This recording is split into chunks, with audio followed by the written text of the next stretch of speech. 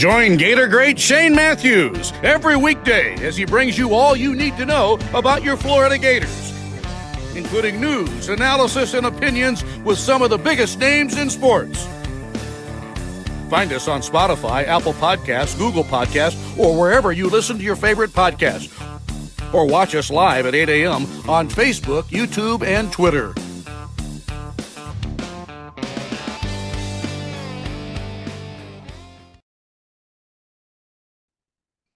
Good morning. It's a live edition of PodUp with Matthews in the Morning from the International Diamond Center Studios. We're glad you're along for the ride.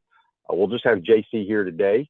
Kind of be a shortened version. I've been on the road so much. I want to thank Lauren Meadows for hosting the program and JC holding it down along with all our other great guests. And after playing this Orlando Citrus Bowl committee deal at Lake Nona. So it's a beautiful golf course, one of the best in the state for sure. JC, you're on the Titan Hotline, courtesy of Comfort Tent. What's going on?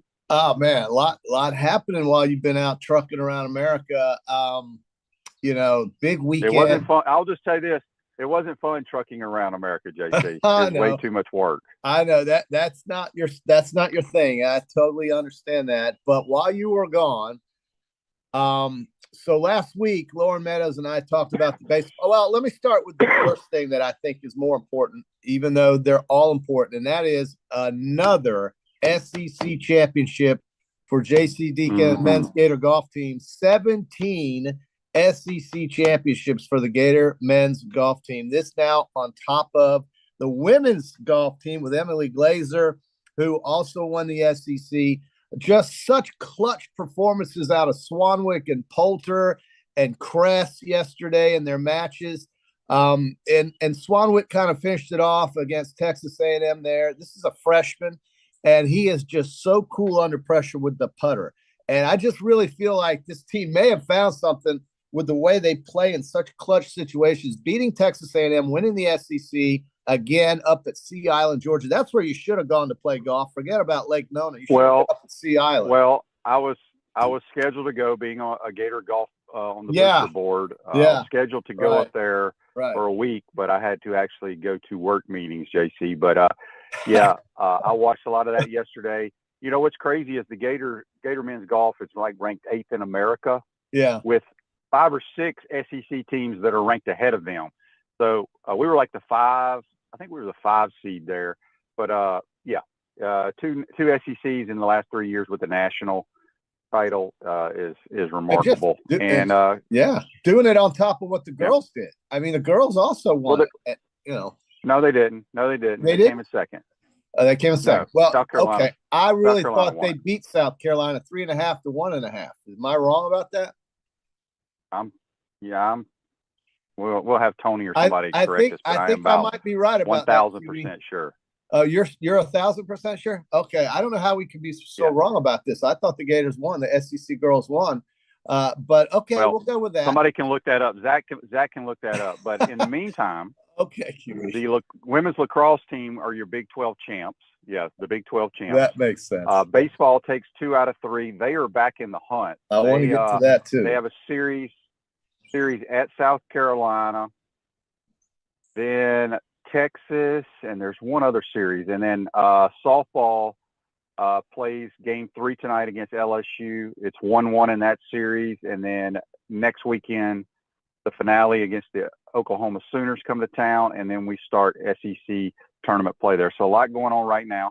I'm just waiting for somebody to let us know. Well, I feel like a complete idiot if that's the case. I really thought the girls won. All right, having said that, let's move on to the baseball, where I was talking about last week the opportunity that the baseball team had with Arkansas coming in 5th ranked in the country, and really the best team probably to come into this place other than maybe Tennessee.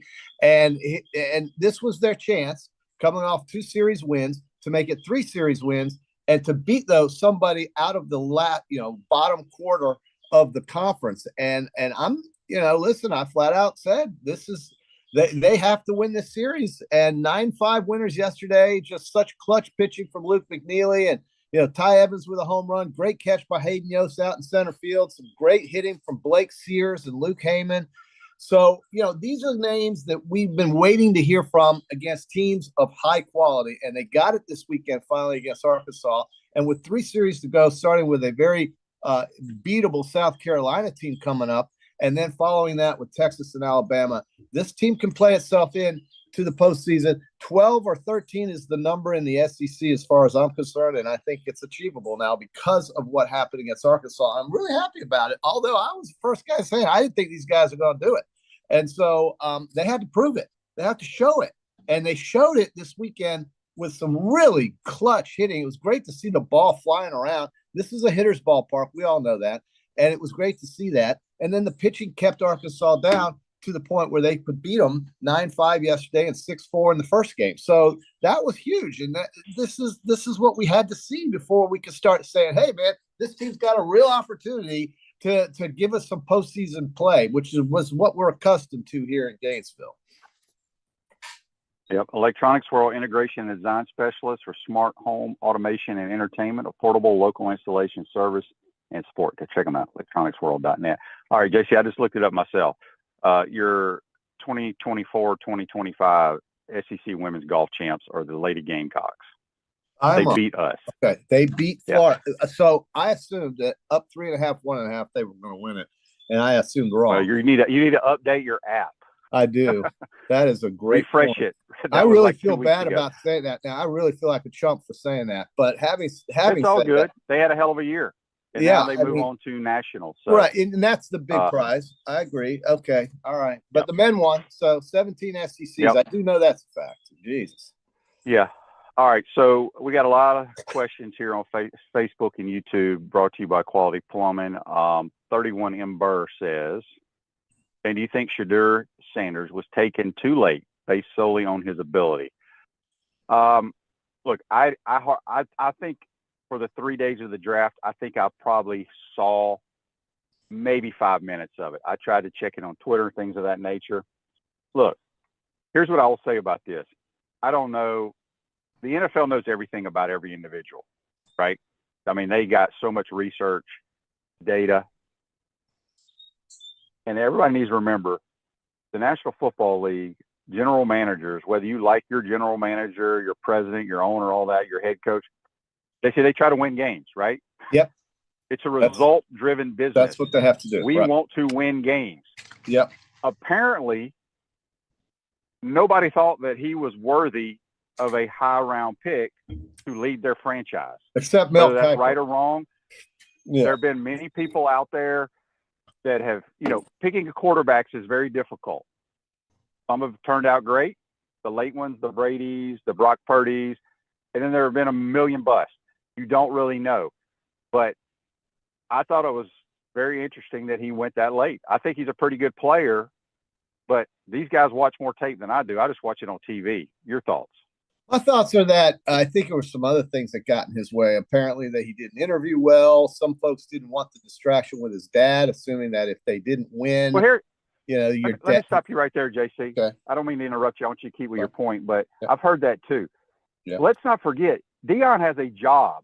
He is head football coach at Colorado. That's right. It ain't like he's going to be on a plane on the sidelines or even sitting in the stands watching games or at practice. Oh, that's absolutely right. I mean, he's getting paid $10 million to keep that job at Colorado. I totally agree with that, but you can't deny that there is a team like Cleveland, let's say, the team that actually picked him, or let's say another team that was really struggling, the Saints, and they picked him, a team that needs a quarterback.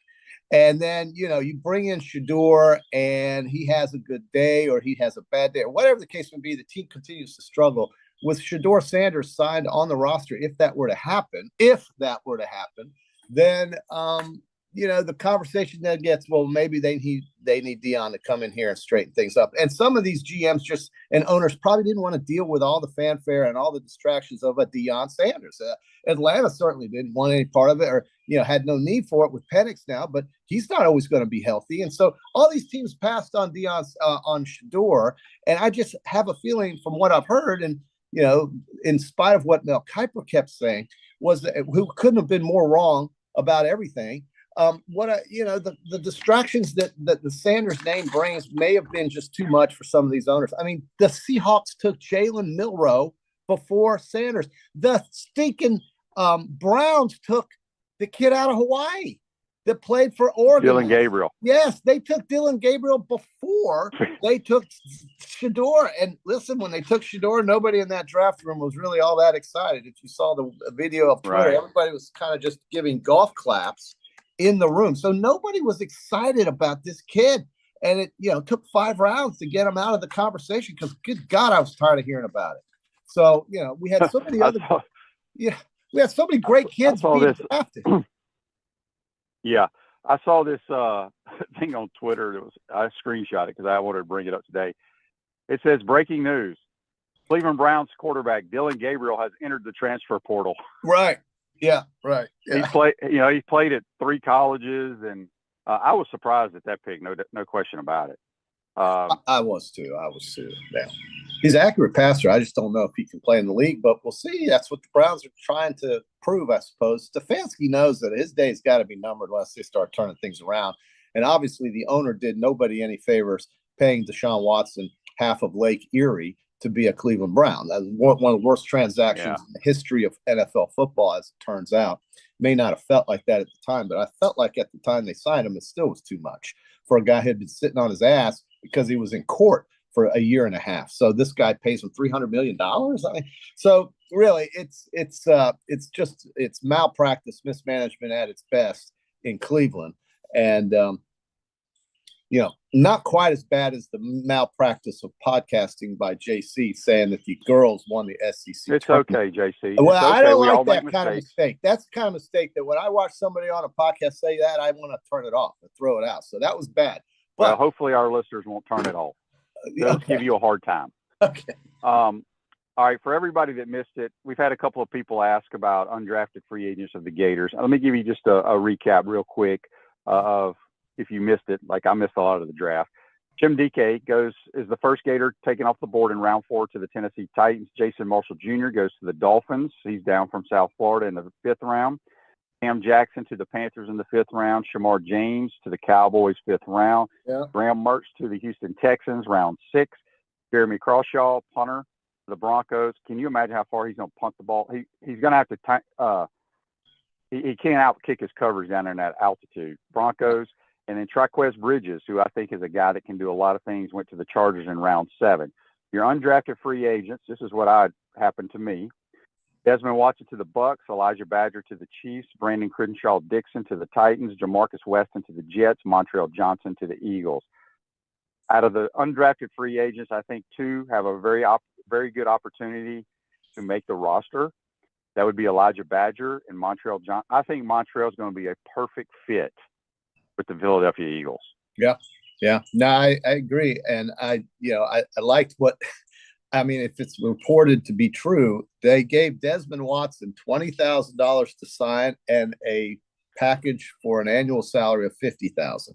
And he gets to that's how it works. That's kind of the going rate for even if you came out, JC, that people sign for nowadays, a free agent. Now, when I signed as I signed 32 years ago. Yeah. All right. Something like that. My signing bonus was like $5,500. Okay. Yeah.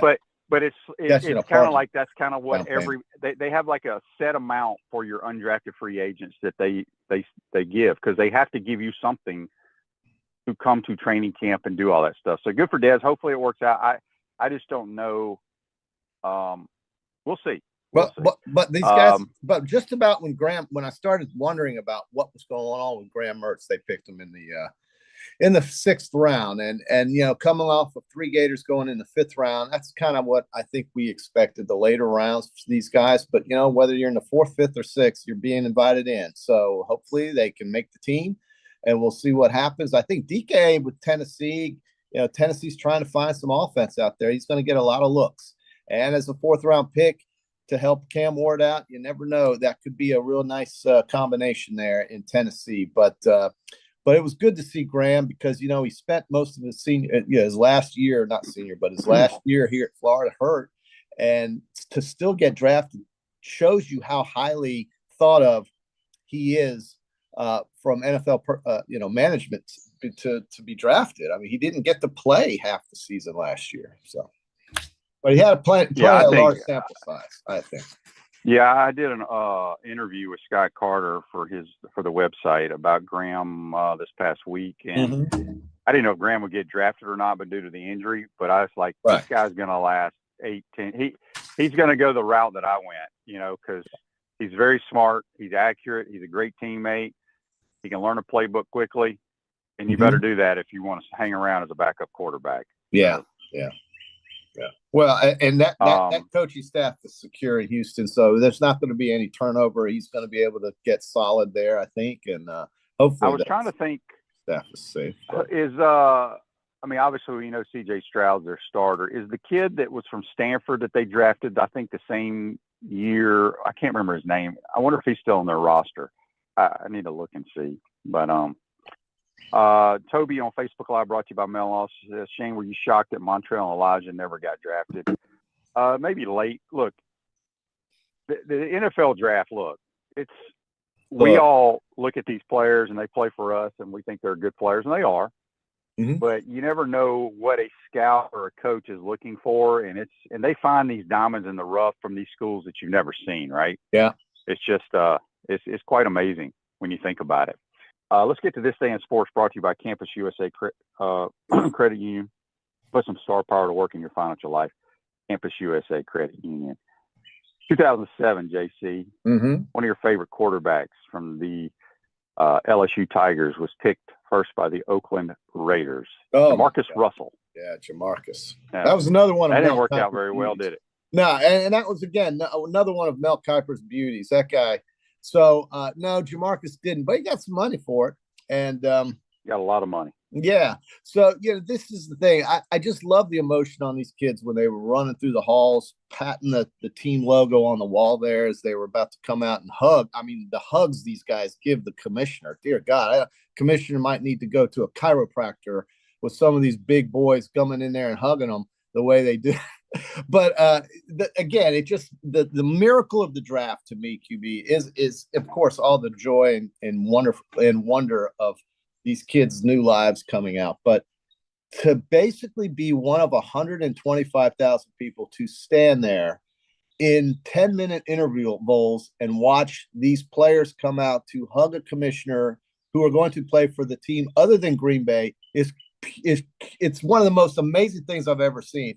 How you can be a Green Bay Packer resident or fan, I guess, Green Bay resident, Green Bay Packer fan, and you're standing there from 8 o'clock until 10:45 to find out who your team picks. While for 2.5 hours or 2 hours and 45 minutes while you're drinking beer, and probably for 3 hours before that drinking beer, you stand there and do nothing. That to me is the amazing thing of the NFL that they've created with this draft show that they put on. And I that's the thing I can't get over is how they get these people to actually show up. And so they'll draft some kid from Texas A&M or some kid from Kansas State will get drafted from the Carolina Panthers, let's say, and they'll draft a quarterback, or the Jets will draft a safety, and the people that they put the camera on that are all dressed up are going absolutely ballistic as if they've never heard of those players. Right, and they're going crazy after that. So there is some aspects of this that I think are just meant for show and TV that just make no sense to me. But 125,000 people watching this nonsense just makes it's not nonsense, but watching this performance just drives me. I can't understand. I can't. Well, there's nothing like the National Football League. It's the greatest sports league there is. But I've always thought the people, and I picture you like this guy, JC, the guy that paints his face and has all the crazy nut stuff on. I've always wondered, does the NFL actually pay these people to dress up like this? Yeah, I'm almost positive that has to be the case, because for them to show up, these guys from Duval that showed up, and they're it's over there where the cameras are, because behind all of that area where the cameras are and where these fans are, you've got 80,000 people behind them, bracketed off behind barriers, just standing there. They just literally stood there for 2.5 hours before they saw the Green Bay Packers pick Matthew Golden, who came out in a golden suit and with his dark sunglasses at 10:30 at night, 9:30 Central Time. It was just, it's like, man, how did I get these people to do this? This is probably the last thing on the planet that I would do other than maybe a flea market. And so, or a garage sale. I will never do those. But it just drives me crazy to see. But I'm happy as I can be for all these families that's lives have changed. And it's kind of like when a golfer gets his tour card, his life literally changes on the spot like that. And that means a lot. And so, all we talked about was Shedeur Sanders for 3 days, drove me absolutely batty, but I didn't want to listen to it. I listened to the hockey playoffs, the NBA playoffs. I kept up with the men's golf team and watched that on the SEC network with Peter Burns talking to J.C. Deacon, who, by the way, J.C. Deacon is a huge Toronto Maple Leafs fan. That's his team in hockey. Well, he's from Toronto. And he's from Toronto. So, look, the Maple Leafs, the point was that they won Game 4 the other night against Ottawa. In Ottawa, they can close it out in 5. And for all of us who had the Toronto Maple Leafs -1.5 in the series against the Senators, we're very happy with that, as they can close it out in Game 5 and win that Battle of Ontario. The Lightning get back into it with the Panthers. Somehow they win 5-1 in Game 3. Game 4 is tonight in Fort Lauderdale Sunrise. So, the hockey playoffs are continuing to deliver. Last night we had 4 games. All games went over the total. And the Edmonton Oilers scored with 30 seconds maybe to tie the Kings, force overtime, and win it. And so that was thrilling. 4-3 for all those who can't sleep at night and could stay up and watch that, which I know that wasn't you, but I somehow was able to. I couldn't believe the goal that was scored there with 30 seconds left. So very exciting stuff.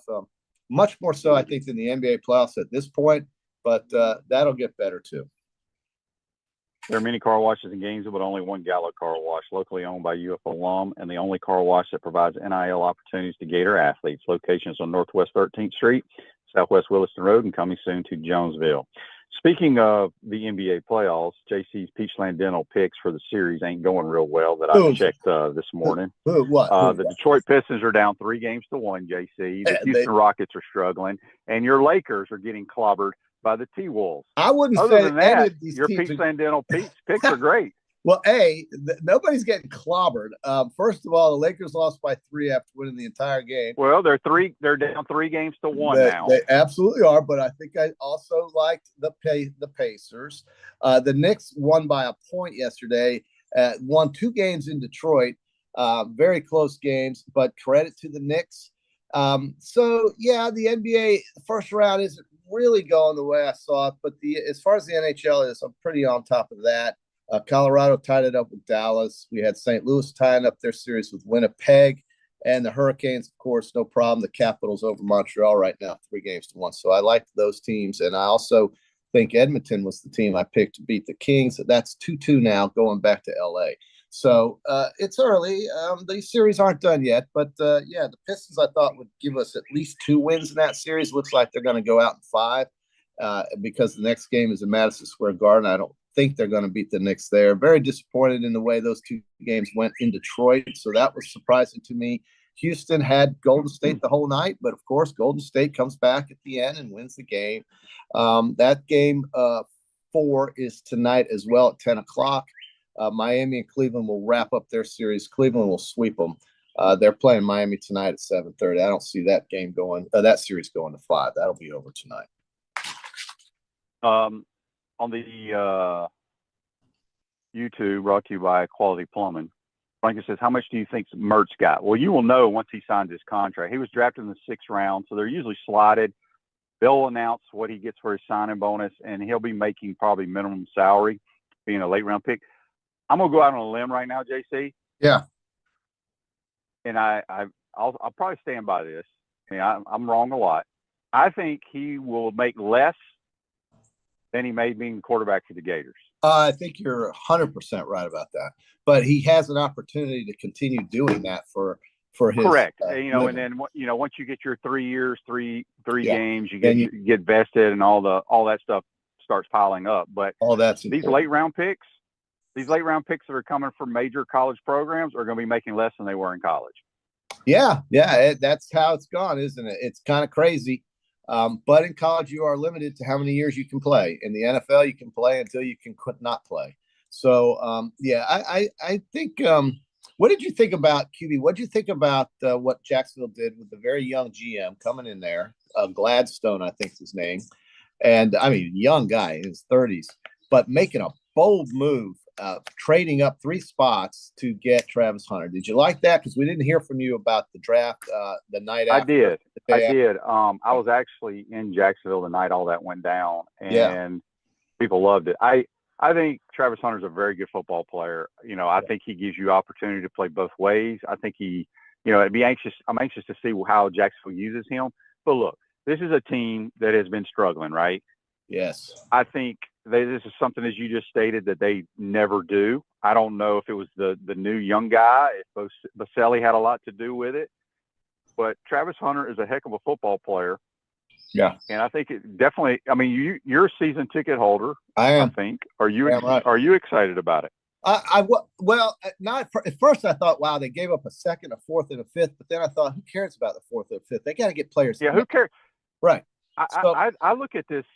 I look at this now is kind of like now college. It's like college football now. You get these freshmen. Well, he's going to be really good in 2 years. Well, hell, he's probably not going to be in your team after this year. Right. Yeah. So who cares about the future now? No, I'm okay with it. I mean, they got 2 third-round picks out of all this moving and everything, and I'm fine with it. I think, and tell me if you think this is right. I got Hunter. I'm thinking him in this situation as an 75% of the plays on offense, 25 on defense. Do you believe that, or do you think it'll be the other way around? Well, I don't know the Jaguars roster very well, JC. Well, they can't score, and Trevor Lawrence has no help. So I'm just based on that. I'm thinking. Well, he's got that one. Offense. He's got the one wide receiver, the freshman or the rookie last year from LSU. I think he's a really good player. Brian Thomas. Thomas is very good. I think once they go to training camp and they have all their OTAs and all that stuff here in the next couple of weeks, we'll probably get more of a better feel. But I wouldn't. Shoot, I don't know who the DBs are at Jacksonville either. That's the problem. I would say 50. I would say 50-50 right now, possibly. Well, so here's the other question for you.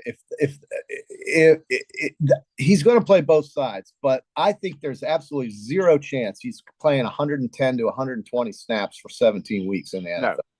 So there's no chance of that. So he's going to play more on one side of the ball than the other. And so to me, breaking it down that way, I see him more on the offensive side and using nickel packages and third down situations on the defensive side. That's kind of what I'm thinking. Yeah, it's possible. Time will tell. I don't know. I haven't watched him play enough. I don't know if he's a physical corner, if he's going to tackle anybody in that league, But the guy can catch, he can run, and he can score. I think he's going to be on offense more. Well, I'm just going to go with that. I don't know. But how do we know? We don't know. He's got great ball skills, but I don't know how great a route runner he is either now. You watch him play at Colorado, he's catching back shoulder fades, go routes, and wide receiver screens. Well, Trevor needs help, man. Brian Thomas is great, but anybody can double team a guy. And so I don't know. I just can't see this kid playing both sides for as much as he says he wants to. It's not going to happen. He's going to play. He won't play. He won't be on the field as much as he was in college. That's not possible in that league. That's not possible, right? Yep. All right. On the Titan MR text line from Josh, he says, "Gentlemen, what do you think about Quinn Ewers at the Dolphins?" I didn't even know. What did he go there late? Yes, very late. He was one of the late ones. Some of these guys were surprising at how late it was. Quinn Ewers, Jalen Milroe went in the 3rd round. Quinn Ewers, Shedeur Sanders, the kid from Hawaii. All of these guys went later than that. That shows me that the Seahawks or whoever was looking at this really valued Milroe's legs and really value his athleticism and his size and his toughness. And that's, some quarterbacks just can't do all that stuff. Sanders is not the guy who's going to do the things with his legs that Milroe is, but Sanders might be more accurate throwing the football. So it really is a balancing act of what you want on your roster. But I'm not even sure Cleveland wanted Sanders. I mean, if they had wanted him, they would have taken him before they took. They would have taken him. They would have taken him before they took the kid they took. And, Pittsburgh passed on him every time. That's what all the bettors were thinking, was that Pittsburgh was going to be the team that drafted him in the second round or in the third round.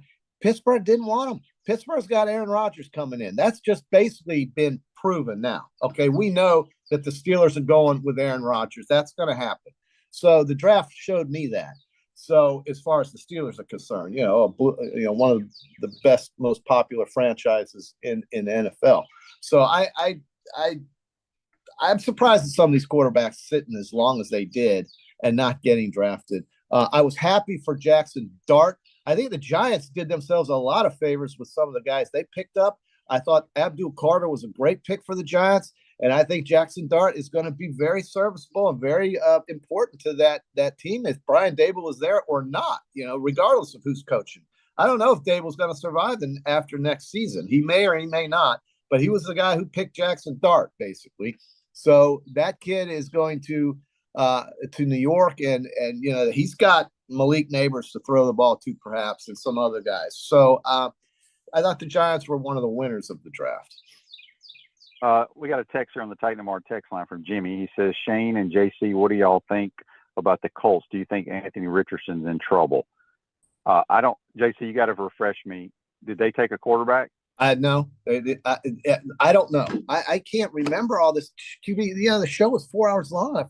I was watching the playoffs on the other TV while these guys were talking heads were just talking for 15 minutes between picks. So I didn't really catch all of it. I didn't study it. I didn't go through it. All I heard. I'm going to pull it up, man. So pull it up right now. Pull it up, so Jimmy can get his question answered. I do know that didn't they? They signed. Yeah. They signed Daniel Jones, I believe. Yes, that's the Giants. That's right. That's right. But let's see if they picked a quarterback. All right, check it out and see.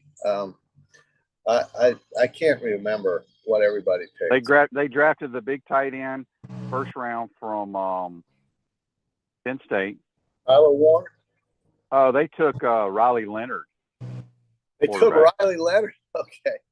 Well, Anthony's going to be competing for a job. It's not going to be given to him because he was drafted first 2 years ago. He's going to have to compete for that job because Shane Steichen's job is on the line as well. They did not make the playoffs last year. The Colts did not hire him to not make the playoffs. So we'll see. I was shocked as anybody that Anthony Richardson went so high, but he's not durable. He cannot survive. He gets hurt too often. He's not available. Well, you got to throw completions too, JC. That's crucial at the quarterback position. Well, you got to play. David on YouTube, brought to you by Claude Plum, says, Graham Mertz picked higher than you, Shane. Do you think he may exceed your tenure in the league? I got 14 in. That's a long time. I was fortunate. I don't know. I think Lomas Brown played longer than I did. I think I'm the second longest tenured guy. I could be wrong. I thought Chris Harris, somebody told me that. But Graham's got a chance. I think now there's a lot more turnover. But again, like I told you, that's why I think Kyle Trask is going to be in the league 10, 12 years. I don't think he'll ever start or be a starter. They label you and you don't get that opportunity. But if you are a good teammate, if you do your job, it's all about doing your job, right, JC? Understanding your role. Yeah. If you know your job and your role, you can last in that league. But the key to a backup quarterback, you have to be able to execute and know what to do without ever practicing. Wow. And then you're also have to be helpful with all the other players. You become like an extra coach, coaching up people in between reps. And that's what I did my whole career. Yeah. And I was fortunate. Yeah. I mean, I don't know how else to put it. Oh, you got to hang out with some really great players. Drew Bledsoe, Carson Palmer, on and on. You got to hang out with some great players. And that was helping you too. I mean, you got to and that knowledge kept you around as well, I think. I mean, you got to watch these guys play. Well, I tell this story all the time. Sam Weiss, who was a great coach, and he passed away a few years ago. He was the quarterback coach when I was in Buffalo. Mike Mularkey was the head coach. And Sam was kind of he had already battled some cancer, came back, and he was older. And he basically says, "Would you like to run the quarterback meetings?" Huh. He goes, "I think you'll be a good coach one day." I said, "Well, I might get into coaching, but yeah, I'll run the meetings." So I'm sitting here. Drew Bledsoe and I came out the same year. I'm coaching Drew Bledsoe in the quarterback meetings for the Buffalo Bills. So that's great. It was fun. That is a great story. I love that story. How much did you get along with Carson Palmer? Carson Palmer was one of my favorites. He was one of the most talented I ever played with. And that was kind of the reason Marvin Lewis took me when he was the DC with the Redskins and he got the job with the Bengals. He knew he was taking the first pick. He knew he was taking Carson. He's like, I'm going to sign you, and I would love for you to mentor Carson Palmer. There you go. I did. Yeah. And that's cool. I did my best. I mean, it is what it is. You got to understand your role. I'll go to my grave believing that the Bengals beat the Steelers if he doesn't get hurt in the first quarter. They were beating the hell out of the Steelers. He gets hurt in the first quarter and the game was over, and Kitna could not win it for him. But Carson Palmer was really a solid player, and Cincinnati was going to win that game. I know they were. But they didn't because he didn't play. He got hurt. A rush hit him low. Pass rusher hit him low. That was against the Steelers in the playoffs in Cincinnati. It was sad. Marvin Lewis never won a playoff game. That's crazy, isn't it? No, he didn't. All right, JC. Well, we're going to have a shorter program today because I have to go play Lake Nona in this Citrus Bowl event. There's worse things to do. But Wednesday, we'll have more Peachland Dental picks. Where is the PGA Tour this coming week, JC? So we're starting the PGA Tour. By the way, do you know who? I didn't even watch it this weekend. I wasn't even following. Do you know who won this weekend? That team stuff does not excite me. Yeah, I wasn't quite into it. I know they're trying to do something different for a place like New Orleans just to attract some of these players. But Rory and Shane Lowry won it last year. But I don't. I really don't. I can't say. But the Zurich was won by Griffin and Novak. Okay, so Aaron Novak gets a win. First one on tour. Nice. First time he's ever won. Good for Novak. So now we go to Craig. Oh, they're going to kill this place. This is the Craig's Ranch, the Byron Nelson in Dallas, coming up May 1st through the 4th. It's called the CJ Cup Byron Nelson at Craig's Ranch. The winning score will be 27 under par. That's not a hard. Somehow they keep going back to this place, but it is a very easy layout. I don't think you're going to see a lot of the big names. You'll see more of the big names probably playing next weekend at the Cricket Club in the Truist Championship as they get ready for the PGA, which is the 15th through the 18th at Quail Hollow. So that's the next major, and I expect more players at the place in Philadelphia on May 8th through 11th. But Craig Ranch in Dallas will have some guys there.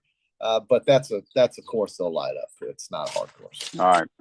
All right, JC. We'll talk to you on Wednesday. That's JC joining us on the Titan & More Hotline, courtesy of Comfort Temp for sprains, strains, and minor fractures. UF Health Orthocare makes it convenient for you 7 days a week, including evenings, and walk-ins are welcome. That's UF Health Orthopedics and Sports Medicine. Again, I want to thank Lauren Meadows for last week for hosting. He was great. This month of April has been crazy for me. Things will slow down after today. Thank goodness we'll get back on a regular schedule. So everybody have a great day out there. A little shorter program today, but we'll keep discussing the draft, the Gators, baseball's rolling, softball's rolling. And once again, congrats to JC Deacon, Dudley Hart, and your 2025 men's SEC golf champions. And now they prepare to go try to win a national title. That was their Have a great day, folks. Yeah. Okay. And we'll see you tomorrow. Take care. Okay. Our premium sponsors are Campus USA Credit Union, International Diamond Center, Meldon Law, QC Kinetics, Dave & Buster's, UF Health Orthopedics and Sports Medicine Institute, JF Hayden Craft Liqueurs, Florida Cracker Kitchen, Los Linderos Tequila.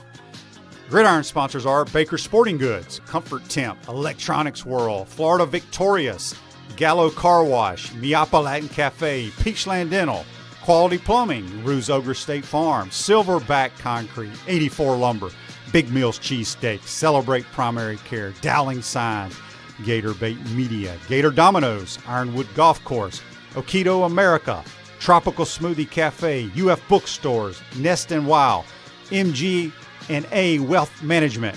Watch and listen to us live on Facebook and YouTube. Listen to the podcast whenever on Apple or Google Podcasts, Spotify, or wherever you listen to your favorite podcast. Remember to like, follow, and subscribe so you don't miss an episode. To become a sponsor, call my man Freddie at 352-284-3733.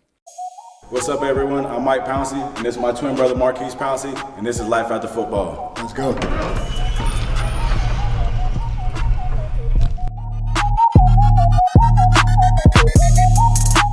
We are the owners of Tropical Distillery, and JF Hayden's is our liqueur brand.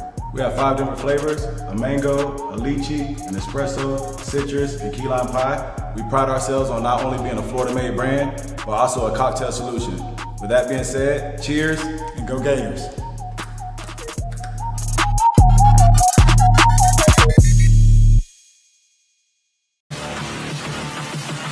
Unleash the inferno.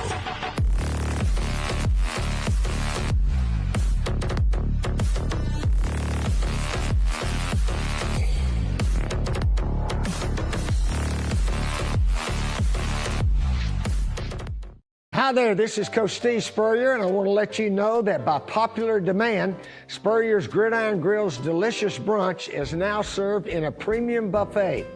You have spoken, we have listened, and we're now serving Gainesville's only elevated buffet, complete with an omelet station, ginger sage chicken sausage, shredded short rib, and of course our chicken and waffles. Plus, you can enjoy bottomless, mimosas, and Bloody Marys.